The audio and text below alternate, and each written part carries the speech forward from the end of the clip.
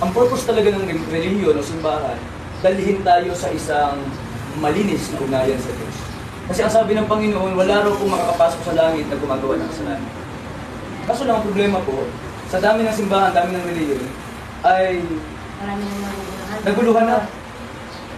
Di ba? Pero alam nyo, pinahintulot ng Diyos yan. Kasi dyan po tayo magkakaroon ng paghahangad na malaman talaga ang katotohanan. Amen? Kahit maraming nagtinda ng mga pirated dyan, hahanapin mo talaga kung alin ang original. Amen? So ganun po ang gusto ng Panginoon.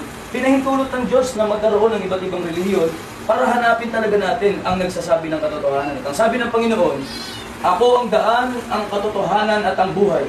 Walang makaparoroon sa Ama kung hindi sa pamamagitan ko. Ibig sabihin po mga kapatid, importante po na makilala po natin kung sino ang katotohanan. At ang sabi ng Panginoong Yesus, ako ang katotohanan. So ang katotohanan po, hindi po ito relihiyon.